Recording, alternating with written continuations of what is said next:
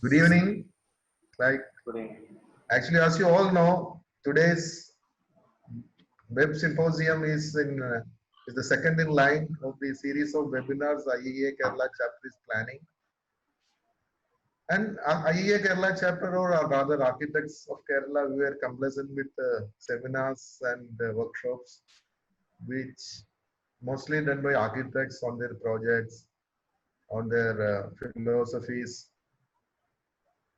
So mostly the seminar was on building space, design, sustainability, and regional context, and so on and so forth.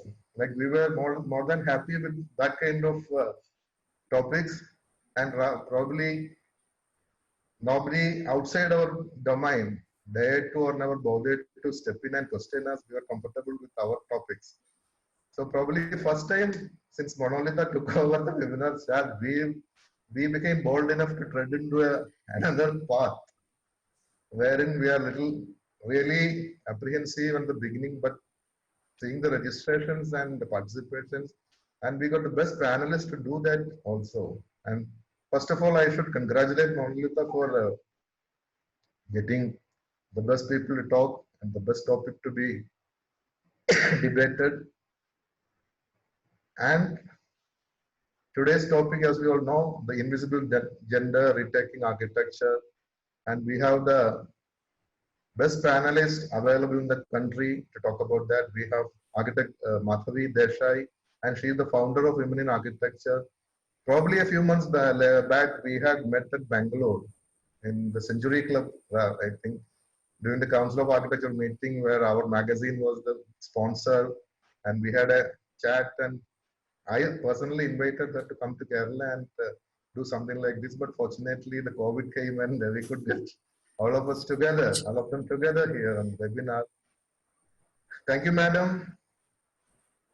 Welcome to the webinar series second of IEA Kerala chapter, and we have Rahul Srivastava and Gautam Bhan, who will be introduced. and seeing them for the first time, even though I heard about them quite a lot, and the architects and others participating in the seminar will be eager to hear from you and take the cue from here forward to ensure that the architecture and architects fraternity in Kerala brings a new normal in their professional practice as well as in their personal life.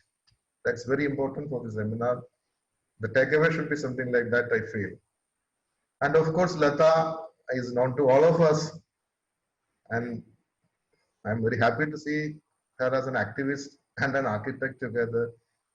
I know right from the day when she joined architecture. So welcome Lata, Gautam and Rahul and Madhavi Desai and all the participants, our honorary secretary Binu and Sudhish, who arranged everything for the seminar, and more than 200 architects and others have already registered.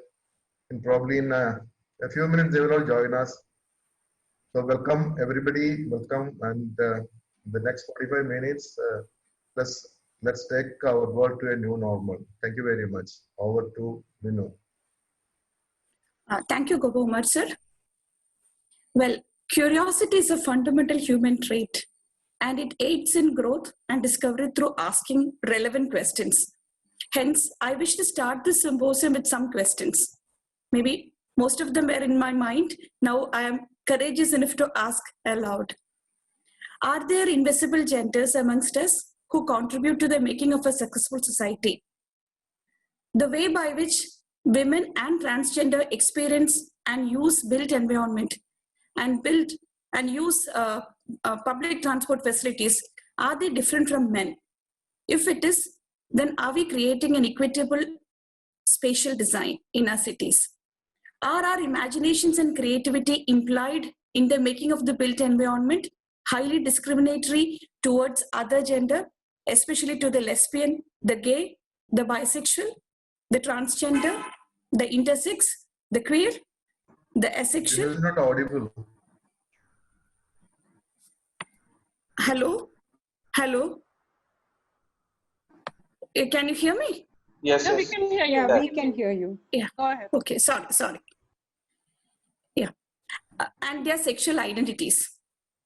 And do we really need to look at a gender-based urban development for creating cities which respond equally to men, women, and transgender? And should that be called as a sustainable development? Another question could be, are physical, geographical factors, even lack of opportunities, presenting a huge barrier which is resulting in exclusion of other genders? And what could be the social effects of these exclusion? Maybe what is the total effect of such a public urbanism as we have it today?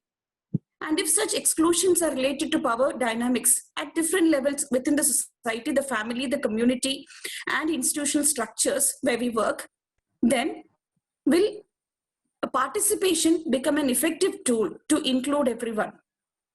Another question that might come in mind is that, is gender equality often considered as an afterthought in our profession?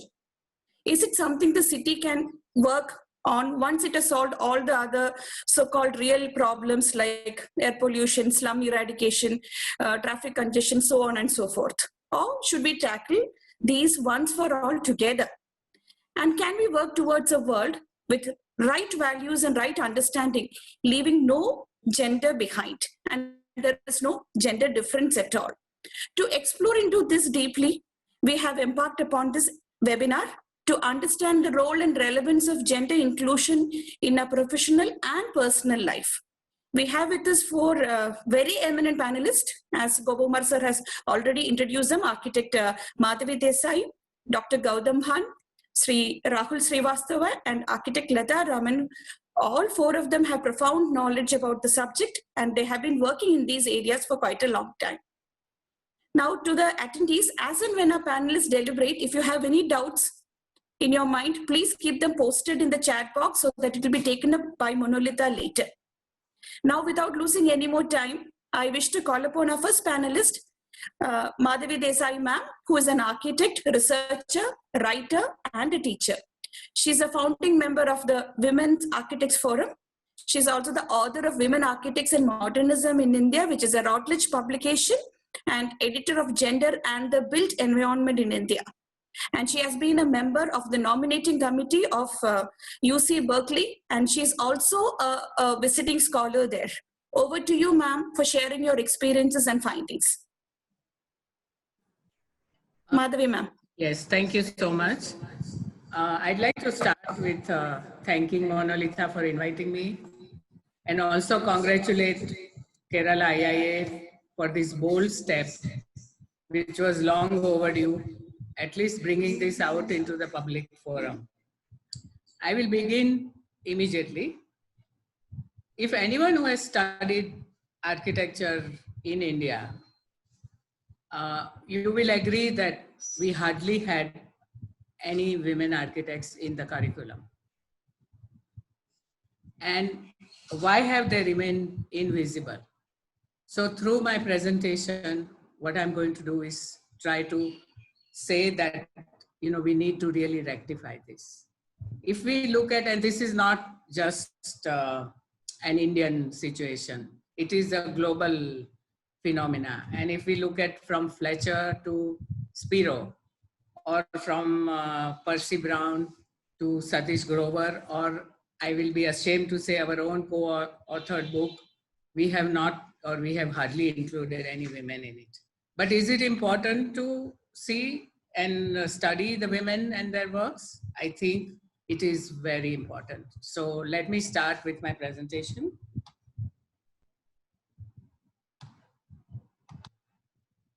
Hey, Maya. Full screen? Thank you. Slide from beginning. So I've called it Challenging the Canon, Women in Architecture History in India. So why are women invisible in history? Now, this is a very complex topic, but some of the reasons are that in general, architecture history is fascinated with the great monuments, as well as the works of the star system, which is mostly male. And women's contribution has not been included appropriately anywhere, especially in India. But it's very important to study because history expresses culture, norms, and values, and it gives us, or it helps us develop our professional self-identity.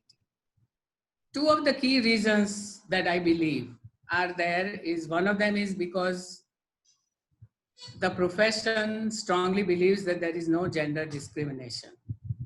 And most of the men and women architects believe themselves to be gender neutral, and they believe the built environment also to be gender neutral, and which is not true. Also, the whole idea of feminism, which is a very important theoretical construct, is dismissed by the society and also by the profession, mainstream profession, because they think that there are wrong notions of it being a Western import and that it affects or harms our traditional values in the Indian society. But before we go further, I would like to say that there are two very broad issues. One is women as designers of space and women as consumers of space. So today's presentation, of course, is going to look at women as designers and in history, more particularly. But I want to point out that there is a whole area which is again quite invisible in theory and practice, which is how women are discriminated spatially. So, you know, these slides give you some example of how spaces become gendered, how women are very closely connected with the house and the interior spaces. And at all scales, from the house to the city, there are areas where we need to study and we need to use design to make it more inclusive. Coming to the perception of Indian modern architecture, these are all iconic images, and I don't think I need to really explain, but you know, from Le Corbusier to Louis Kahn, and from Charles Correa, B.V. Doshi, Raj Rewal, Baker, this is what the world and India knows as the master architects. And there was no space left for women in this. And why is this happening? It's because of the predominance of the masculine culture. And so the one above that you can see here, with all apologies, but this was IIA 100 years discussion meeting. I presented this in another conference, and somebody said I was sitting here, I am cut out, but that was a woman. But as you can see, you know, it's a very male-dominated profession, the institutes themselves. And also there is a whole notion where a few successful women architects are invited everywhere, they are shown everywhere, as if there is no barrier to women's acceptance, women's success. Also, there is a whole notion that if you are good, you will succeed. And when that is not really true. So let us see, you know, why women have not, women architects have not gathered critical mass. I would say that the women are more easily accepted in, let us say, interior design, or even slightly in conservation or fashion design, but in architecture, there is still resistance. And as the audience will know, it's not easy to practice for a middle class person. Architecture practice for any gender, a man or a woman or any gender, is difficult. Unless you belong to certain elite class, or you are a developer, or you have good economic, social connections. But for women, there are many additional barriers that they have to, and not all of them can go beyond that. So for example, there is a lack of role models. There is an absence of the tradition of mentoring. There is resistance by male clients, consultants, workers on the site. The real estate and construction industry is highly male dominated. Plus, I don't even want to elaborate on it, but the whole work-life balance is extremely difficult. when women are sort of taking off in their career, it is time for them to have children if they are married, and it poses many challenges. So also there is little technical or business knowledge in education. So because of all this, there is a high rate of attrition. And the women who have worked very hard for 5 years, eventually many of them end up leaving the field. Just a little bit about, what is happening in education. When I went through school in the late 60s, early 70s, we were 6 girls in a class of 30. But now, as you all would know, there are more than 50% women students. But how many of them we can see in the profession doing well? And again, some of the reasons are that when we go through education in high school level or in the colleges of architecture, the women's studies or any theory of feminism is not integrated with our courses. Also, the young men and women are from belonging to the post-feminist generation. They they study on the liberal campuses. They have no idea what they are going to face in reality. Also, there is this whole question of women teachers. I have not studied it much, so I will not say anything. But are they teaching because of the hardship of practicing, or are they really interested in teaching? This is a question we need to address. And because there is no acceptance of this discourse, we are not moving further. I would also just like to briefly talk about the women's movement in India, which is another thing that none of us know about. Most women architects have no idea about the women's movement, or how, as you can see in the slide, how things have changed in the last, let's say, 50, 70 years. And that change is being reflected in how we live today, but we have to accept that.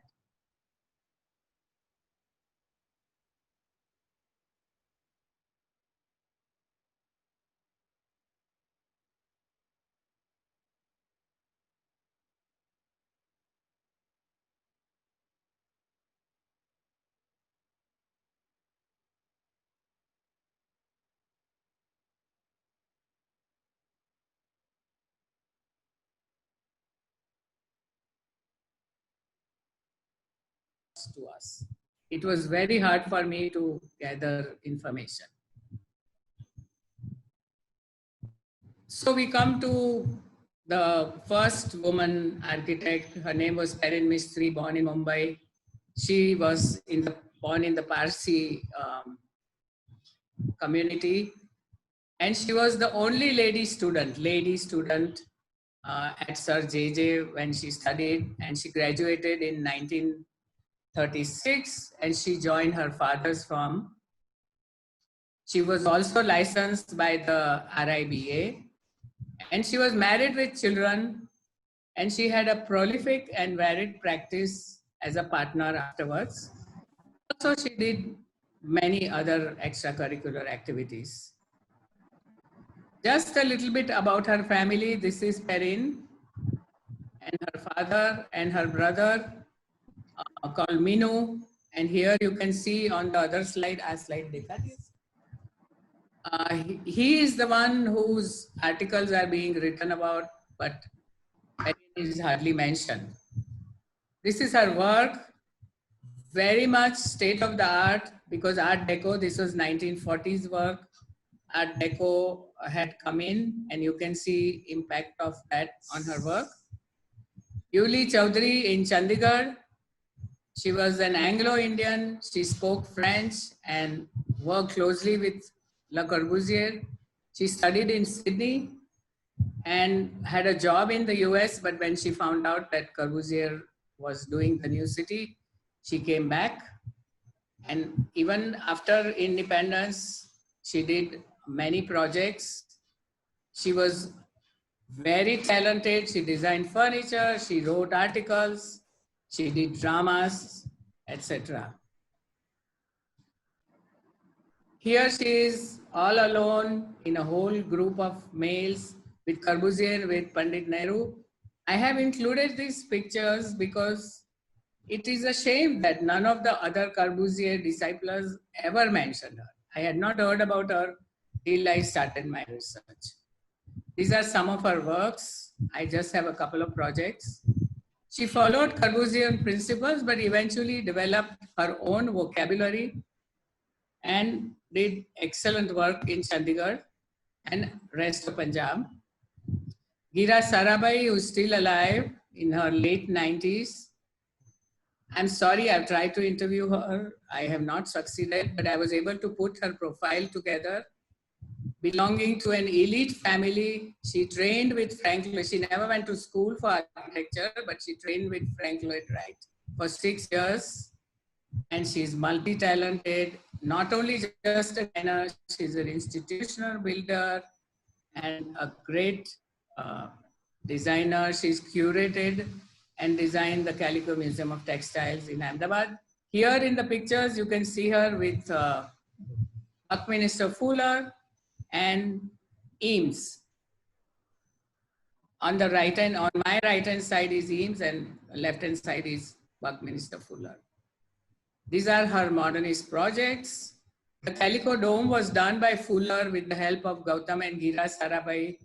Then on my right hand side, you have an extension he did for Vikram Sarabhai's house. And you can see a very clear influence of Frank Lloyd Wright on that building. And the NID building, she contributed in the design of the NID building also. She herself does not accept any of her contributions. So there is always a question mark. And then as the years pass by, she has been reusing traditional facades and buildings and vocabulary, and a lot has changed in her work. Praveena Mehta, based in Mumbai, she was the only one I heard about when I went through my school. And I feel so sad that I never met her or never met Perrine. Praveena was a classical dancer, accomplished classical dancer, had a master's degree from Chicago in USA. And she did projects. She did the Kanchenjunga apartment, with Charles Correa, but we never heard about that. She was also instrumental in the whole concept of the New Bombay with Charles Correa and Shirish Patel, and she taught for many years in Mumbai. These are some of her projects, a sketch of New Bombay, a factory, and some other projects. Emma Sankaria was the one I was lucky enough to meet. She passed away in 2015. She was a bidi smoking rebel till the end. And she not only did architecture, but she also set up the first lifestyle store, contemporary lifestyle store. And she taught for many years. She was a passionate teacher. She was married with children. This is one of the houses she did with Praveena. And I think it's a very excellent example of early modernist architecture. Some other projects that she did. Madhu Sarin is my last early architect presentation person. Madhu Sarin graduated from the Chandigarh College of Architecture. She did her postgraduate work in diploma in the AA in London. And she came back and she has been a lifelong advocate and activist. She has worked on urban planning, rural development, housing, and has fought for the rights, etc. And I think it's very important to include her here because, as you all know, architecture is gives us very versatile education. And many of us move into other areas, other related areas, and which are as valuable as designing. So we need to also kind of change the definition of what we call a successful person or successful architect. And just one slide, I could not, she's in my appendix. The research is now being done on Minette de Silva, the first woman architect of Sri Lanka. And, there's a lot to learn from her. She was connected. She studied at the JJ. She worked with Le Corbusier. Unfortunately, again, her projects, her buildings are hardly valued in historic terms, and a lot of them are falling apart in Sri Lanka. So, coming to the first generation of women in architecture, a little bit about how am I doing, Mona Lisa, on time? 10 minutes. Okay. So, first generation of women in architecture, what do we learn about them? One is they were beneficiaries of political reform, the women's movement, and especially modernity. So they were not only influenced by what was happening in India. So in the 40s, the Quit India movement was at its peak. So they were influenced by the nationalism, the nationalist spirit, and also they were not above the Western influences like Art Deco and brutalism. So we see that. Then very clearly they were from privileged class. Class played a big role in their success. So either they were from elite families or very higher middle class families. And this is my hypothesis that maybe their foreign and other exposure as well as the arrogance of class perhaps helped them develop a career where a lot of others may have failed. They were accomplished in other arts such as craft, dance, music, all kinds of things. And this I found in even the contemporary successful women, that they not only did architecture, but they were all multi-talented. Their families were the big supports, liberal parents, etc. were the. But two very important things, they were rebellious, headstrong, and they had a tough character, which gave them this edge over the others. But not only there, they were thoroughly professional.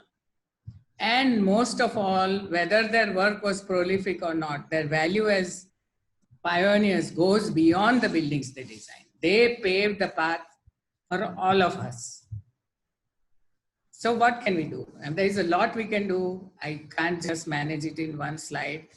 But on the positive side, I can say that there is definitely a paradigm shift in social and professional conditions in our country in the 21st century. And this particular webinar, I think, is a good beginning.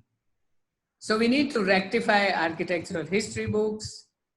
We need to create sensitivity through education, through curriculum, theory courses. What kind of design projects do we give? How can we address some of the issues? Micro and macro level research, including the role of women's patronage and clientele.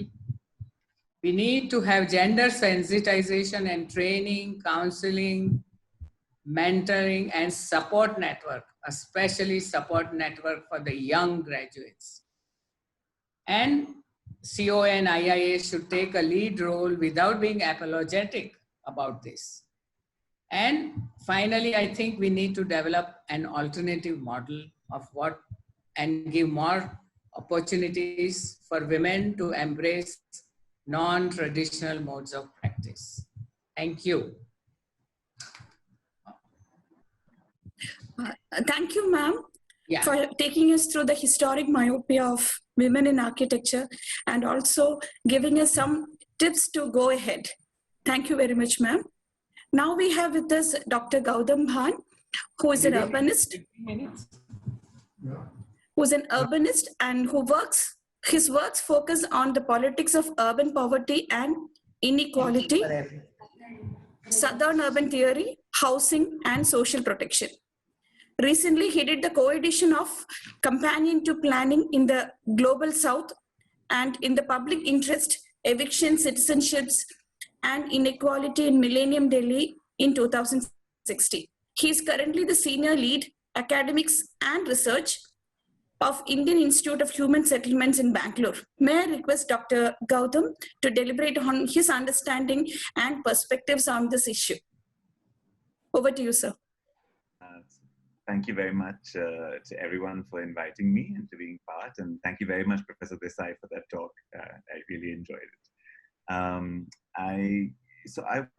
I'll come at this from a slightly different angle, speaking both as someone who's been involved in activism and organizing around sexuality and LGBT issues for some time, but also simply as someone who grew up as a gay man in India in the 90s, and I think experienced our cities and urbanism in a particular way.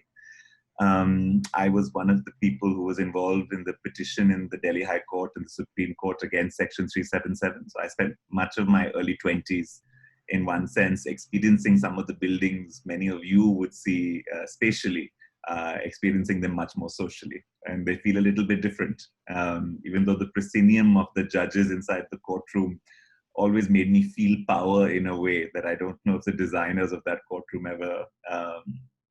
ever imagined. So I want to suggest a little bit to think about what does it mean to think about the spatial, built form cities from the perspective of queerness, from the perspective of sexuality. And I want to sort of suggest first to say that, it isn't, I don't want us to have a discussion where we sort of imagine that folks who identify as LGBT or women or men of a certain kind have a kind of unicorn-like experience of built form that is unique to each of us as individuals. I think that there are, gay men, queer women, trans folks are also marked multiply by all our other identities. We retain our gender, our caste, our class, our language, our region, our histories. We are always the sum of all those identities. So while I talk a little bit about the way sexuality thinks and shapes our approach to space, I also don't want us to walk away from this thinking that there is something particular like an LGBT or queer version of interacting with the spatial environment. A gay construction worker or a queer woman who's a street vendor is more concerned about the quality of the sidewalk where she wends from or the quality of worker housing that she lives in than any notion simply about sexuality in public space. And I use these terms very carefully because very often when we think of gay and lesbian people, we tend to think of them only in terms of their sexuality. We don't think of gay construction workers or queer domestic workers, because to us, those are two different categories coming together. That's actually what queer people do. Professionally and personally, our lives are a mix of all those identities. So that's my note of caution. But I do think that there is, as an exercise, therefore, a lot of use in saying, let's look from one lens for a minute. Let's hold all the other things constant for a sec. Is there something about sexuality and about queerness that changes and shapes the city? And I do believe there is, and I think it's a story worth telling. And what I'll do is I'll give you 3 suggestions, at least in my experience, of the way in which sexuality shapes the spatial, shapes built form. For me, this automatically means moving architects a little bit out of your comfort zone of the site, changing your scale a little bit to the neighborhood and the city and to public space. And I think that in many ways, that intersection is really where identity begins to play out, is in that connection between the private and the public, like Professor Desai was also saying. So the first experience for me is a little bit of an odd one. I think one of the things that queer people actually really struggle with, when we realize our sexualities at a very young age, one of the big things that we think about, especially in contemporary India, is what do futures look like for queer people? What kind of relationships and families do we make? There is no differentiation in desire for companionship, for friendship, for love, for romance, sexual desire among, no matter what your sexual orientation is. But in the current climate, your ability to make certain forms of families and lives is very limited.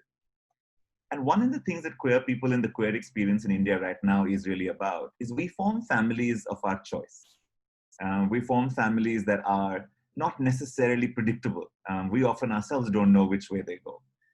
And one of the things that's made me realize actually that in India, the sexuality fight has never been so easily about heterosexual, homosexual. Actually, in India, the fight is really between an experience of what we used to call as gay activists, we used to call it heteronormativity, this expectation of a certain kind of married household. And that this certain kind of married household is actually the basis of Indian social formation. It holds the patriarchy that Professor Desai was talking about. It holds a lot of the privacy that not only shows up in our laws. Remember, this is still a country in which marital rape is not a crime, and domestic violence legislation took decades of the women's movement fighting for someone to enter the private home. It also holds in many ways the ways in which our built form is imagined. I used to do an exercise with young architectural students on sexuality, and I used to ask them to design a city for me in which no marriage exists. And they would flounder. And they would flounder because they were just like, what do I do if I can't make the household? If I can't make a 1 BHK, 2 BHK, 3 BHK, what's my multiplier? What's my unit? Who lives with whom? They were lost. They were like, do I make large childcare facilities? Is there any privacy? Are there couples? They were undone. And I love moments like this. This is why you read good science fiction, because you have a moment where the rules don't apply and you get to reimagine. I mean, as architects and people with spatial imaginations, science fiction was our go-to, right? You imagine crazy worlds and concrete bend any way you want. You can move anywhere you want. But it's interesting, all of those architects are willing to change spatial rules in science fiction. They couldn't get themselves to change social rules. They kept returning to the couple, they kept returning to the home, they kept returning to the family. It's such an unconscious thing, but from who can take a joint home loan, from who is able to register for tax, from who you can leave your property to, actually our society is defined by a certain kind of heterosexual marriage. And it is a heterosexual marriage, I will remind all of us, is deeply also marked by caste and religious boundaries. Right? So if you think about whose love and whose sexuality has been policed in contemporary India, LGBT people are only one. The violence against intercaste and interreligious marriage and desire is equivalently the story of queerness in India. It's not just about LGBT and others. And when I think about the spatial form, what I'm actually asking all of you as architects, what offer do we have as spatial practitioners to tell someone, you know what, you can make a life spatially in many different kinds of housing in Indian cities. You can live in many different forms. You can live in collectivities. You can have single studio. If you're a young person who's tried to find a one-room apartment in Delhi, I will give you an award. But that housing is actually punished in our urban form. We don't allow forms outside certain normative family units to exist. This disproportionately affects LGBT people in a way that wouldn't even strike us. It's not discriminatory by intention. It's discriminatory because it is such a narrow imagination of the way people live, the way people come together, and the way they express and create relationships, that if you don't have the option for certain spatial forms, you keep making us fit into spatial boxes of the way certain families look. The second point I want to make is about public space. For a lot of queer people in India, especially those that don't have the elite privilege of a private home, public space is actually where we live sexuality and queerness. It's a very unsettling thought for many of us, because public space and sexuality to us only come together in notions of indecency, public indecency, moral outrage, and illicit behavior. But can we think of public spaces as spaces that allow a certain encounter, spaces that allow a certain desire, spaces that allow a certain meeting, knowing that that publicness is necessary in many ways precisely for a certain kind of sexuality to thrive? Safe public spaces for queer people are very odd. They're not radically open. They're not your plazas. They are not open, uncontrolled, democratic spaces. They're actually crevices. They're spaces that have a lot of quiet, negative space. They're spaces that can hold a little bit of intimacy in the public, that also have places to shelter and to hide. If you asked me to pick a public space I found welcoming, I would not pick an amphitheater. I would pick a labyrinth. I would pick a place that was both open but protected. Just to give you one example of the spatiality of this, we have taken our notions of public space very much from classical notions of what we think of as democratic architecture, which comes from the great cities of Europe and European modernity. We are not constantly living European modernity. We have to think of our own notion of public space in a society that is deeply structured by social inequalities on caste, religion, sexuality, and gender. And maybe the notion of our public spaces are not the colonial colonnades and amphitheaters of Connaught Place. Maybe our public spaces look different for a reason. And I want to suggest that from queerness, those public spaces certainly look different because the needs of queer people from the public are different. The third point I want to make, the experience I want to give you, is about public infrastructure. This, I think, is a simpler, more evident point. It's likely what you thought I was going to talk about when I started, which is to simply say that the users of public infrastructure and public space have different demands on them depending on who you imagine. So when Professor Desai says that we never imagined women in public space, it also meant we never built for them to be in public space. Right? There is a wonderful filmmaker in Bombay called Paramita Vora who made a fantastic film called Q to P, an entire film about women looking for public toilets. Now, India is very peculiar. We have one of the lowest rates of women's labor force participation in the world. It's not just architecture. One of the lowest rates of women's labor force participation in the world, right? It's 28%. It is, in comparison, 42% in most countries in the Middle East, 58% in China, 70% in Thailand. What is the story of India's women's labor force participation rate? A lot of that story is the urban story of our public transport systems, of our public infrastructure systems, of our street design, of the absence of state childcare. These are deep questions of infrastructural support that makes women's lives and women's work possible. For sexuality plays exactly in the same way. When a trans person takes on employment, moves into the city, has that urban experience, and they enter the metro in Delhi, the first thing that hits them is gender segregated security. And I can tell you that every trans person I know lifts their shoulders up, takes a deep breath in, prepares themselves for battle and moves through that gender assigned, gender separated security screening. That they see it as a moment of psychological violence, of possible humiliation. One of the things I think that is very difficult for us to hear, because, post 377, we've become very cool in a certain part of Indian society about it. It's like, nowadays everyone is a feminist, but nobody is a feminist because nobody openly says that they are patriarchal. But yet the systems and inequalities that Professor Desai talk about reproduce again and again. Yet all the students I see in my classrooms as women vanish when I enter the professional space, and I don't see them as colleagues. Where do they go? And one of the things I think it's important for folks to realize is that as queer people, even in a post-377 India, we walk through the cities with our armor on. We walk through the city with our guards on.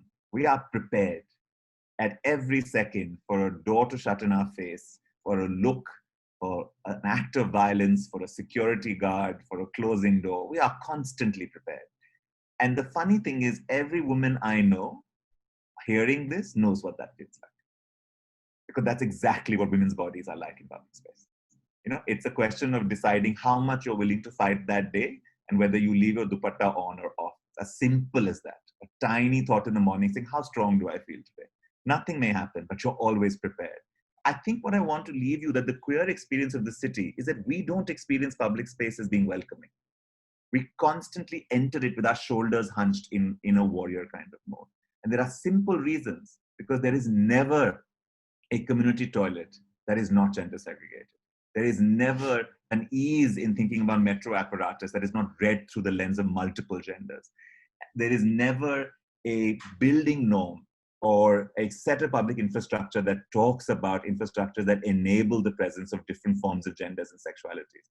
But much more importantly, because most queer people in India, like most people in India, are working class folks for whom public space is actually workspace, as street vendors and waste pickers and construction workers and paratransit workers.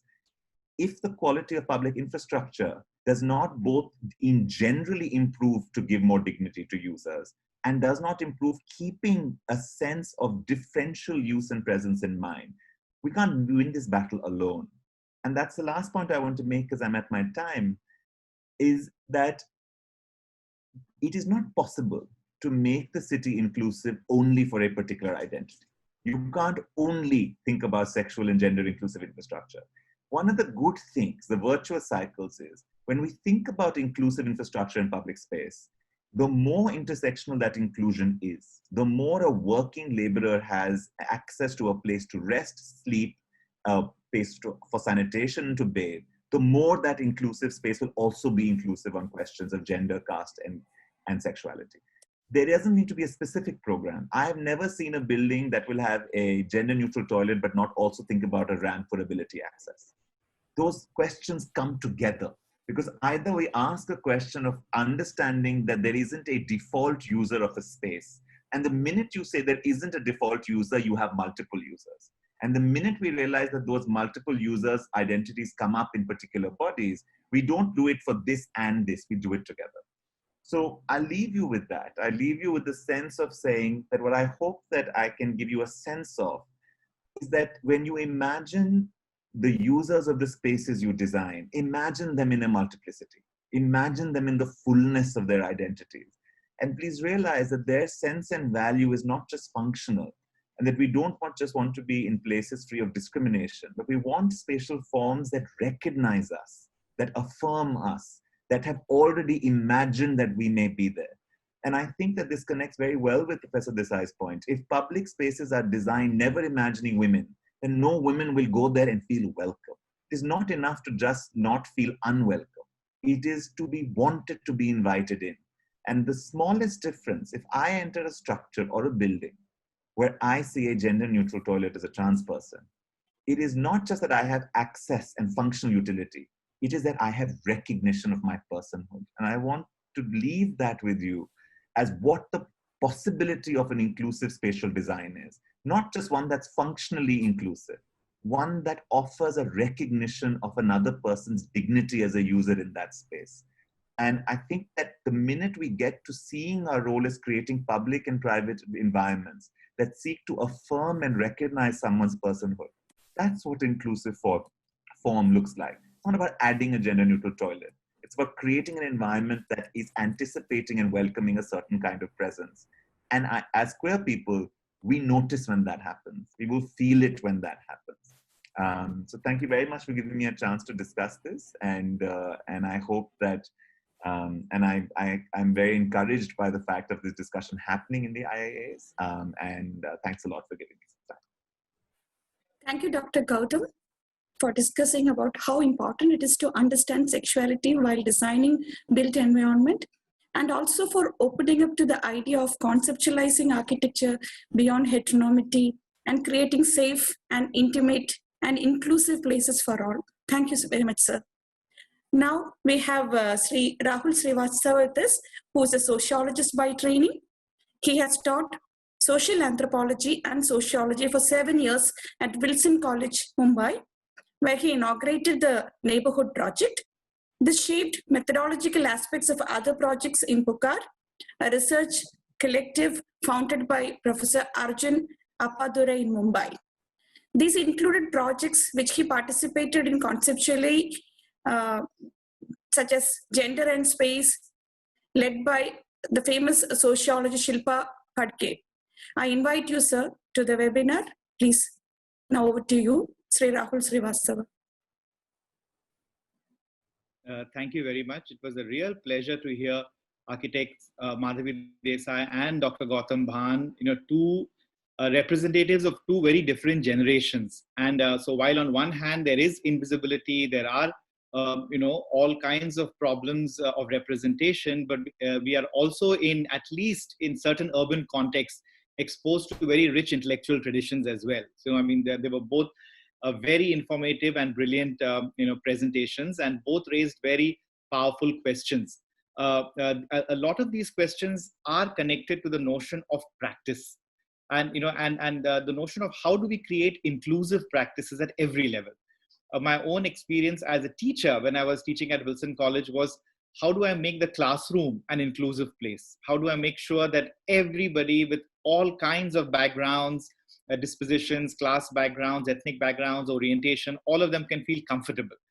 And I learned a lot, from institutions like Wilson College where I taught, where they had a very strong focus on good teaching.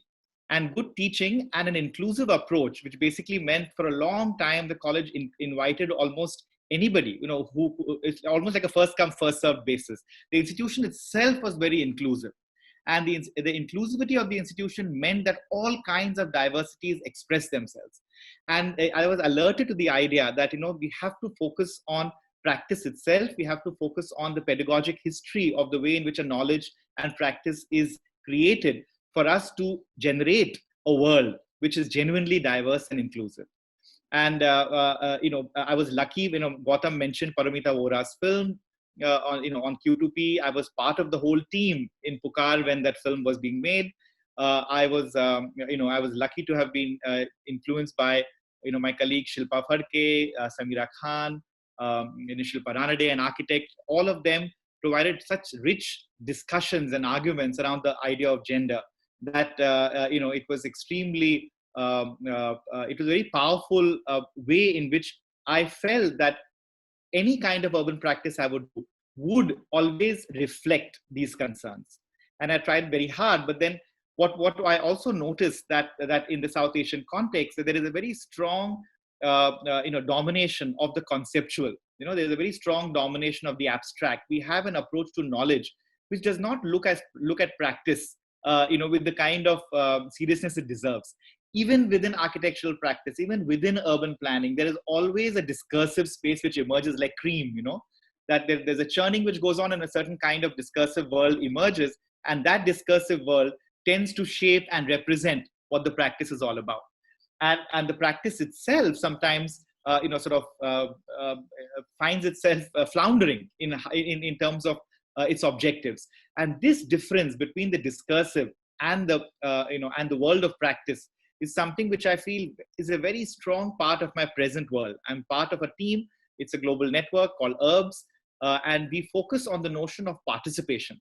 Why participation and participatory planning, and why all kinds of urban practice must somehow make it key to the way in which, whether it's architects, whether it's designers, whether it's urban planners, operate. And we need to make, we need to sort of get over the discursive bias, move towards towards a bias of practice.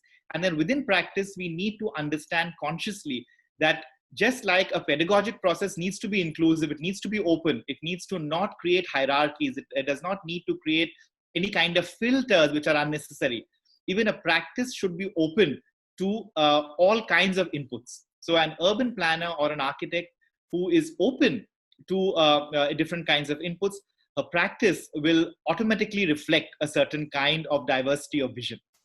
Now, one of our most inspiring, our office is actually in Dharavi in Mumbai. The co-founder of URBS, Mathias Echanove, and me and my large team of wonderful architects, Samidha Patil, Karina Koichuri, my team members, Bharat, all of us come from very different backgrounds.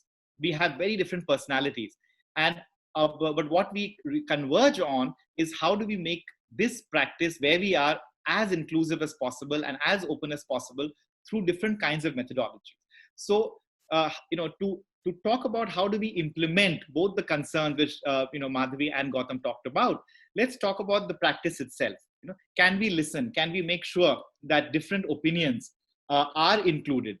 Can we, as practitioners, whether in whatever professional capacity we are, can we keep aside our expert knowledge for a moment and listen to people, listen to different kinds of voices, and then can we start reimagining our practice as one which actually allows for this inclusion and participation to be the inspiration for a lot of what we do. Gautam talked about science fiction. In fact, science fiction has not been very imaginative when it comes to looking at, say, urban spaces and the future. Science fiction is stuck in the 1920s, 30s vision of the metropolis. That's the way cities are always imagined. And that is why that kind of rigid imagination produces a way of looking at cities which are very narrow-minded. So, neighborhoods can be called a slum. Neighborhoods can be dismissed because they don't conform to a certain standard normative of what a city should be.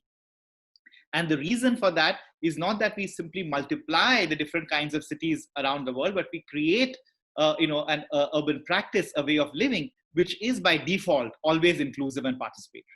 So for us, a space like Dharavi, and all its messiness has been a very inspiring way, because that's where caste and gender and various kinds of ethnic marginalities converge, and they produce forms which are surprising. So when we were working, one of the sort of through our practice, we began to understand that the messiness of Dharavi's landscape is shaped very strongly by a structure of the tool house, a house which is also a space of production, a place where people also work. It is, it's a very common experience all over the Asian landscape. You have the shop house in Singapore, the home factory in Japan. And recognizing this form meant recognizing that a city can look very different. It does not have to be about apartments, about flats. It can also include the idea of living and working and playing in the same space. And then our understanding, and my colleagues taught me so much about how a gendered reading of the concept of the tool house shapes the way we look at work at home, value of work at home, how inclusive spaces can become. At the same time, they can also be exclusive. There are all kinds of challenges. But just by paying attention to what exists and allowing our engagement and a practice of participation and inclusiveness makes us more accommodating. Otherwise you can be of whatever background, you can be of whatever sort of identity. But if you are located in a power structure, if you're located in an institutional fabric which only reproduces hierarchy, then we are not really getting anywhere. So it's very important for us to shape the practice in a certain way in which these principles of hierarchy, you cannot have institutions which celebrate themselves at a discursive space and say we have done our job. So, and this is where, for me, as a person who's essentially sort of trained in social sciences, I was so attracted to the world of architecture and urban practice because it allowed me a space of application, which my disciplines did not allow. And I felt that, as an anthropologist, otherwise one can only work usually with governments and the World Bank and institutions of huge, problematic post-imperial power, or you can align yourself with a set of very adventurous practitioners and decide to do a different kind of application. So I am extremely indebted to this world because it allows me a way of engaging in a practical, pragmatic way. And yet it also, I'm fully aware that this practice has its own, power play. There is a lot of exclusion and the narrative of professionalism, which it produces, often tends to be very exclusive in so many ways. The narrative of professionalism, itself is very selective. Architecture can choose to be, you have Gottfried Semper, who talks about the 4 elements of architecture, in which fabric and textile and weaving are as much, and clay making and pottery are all part of an architectural discourse.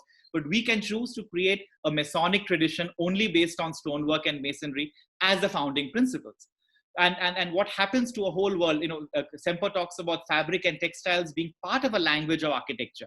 Why is it that somehow those don't become the metaphors we think of? Because in many ways, they don't represent the notions of power. They don't represent the notion of what modernity is in a very, straightforward way. They are far more complex ways in which we can read what architecture is and and the metaphors which architecture and urban planning can generate, which are infinite, become very restricted. So this is where, in fact, I would like to simply end, because what we had already are very powerful discourses, very powerful representations of invisibility, as well as a very strong plea for inclusiveness. And what I would like to leave as the third speaker is a very strong focus on the practice itself and the need to make it as participatory and inclusive as possible, and to become aware of how power dynamics operate at every different level, and understand, of course, that any kind of marginality is a problem, but there is a very strong bias in the way we narrowly define our professional practice, in which we always value the expert, and then within the expert, it's only a power dynamic which becomes more and more selective, and it becomes patriarchal. There's a whole process through which this happens. So we have to be very careful about that. And I'll end over there and be happy to answer questions later on. Thank you.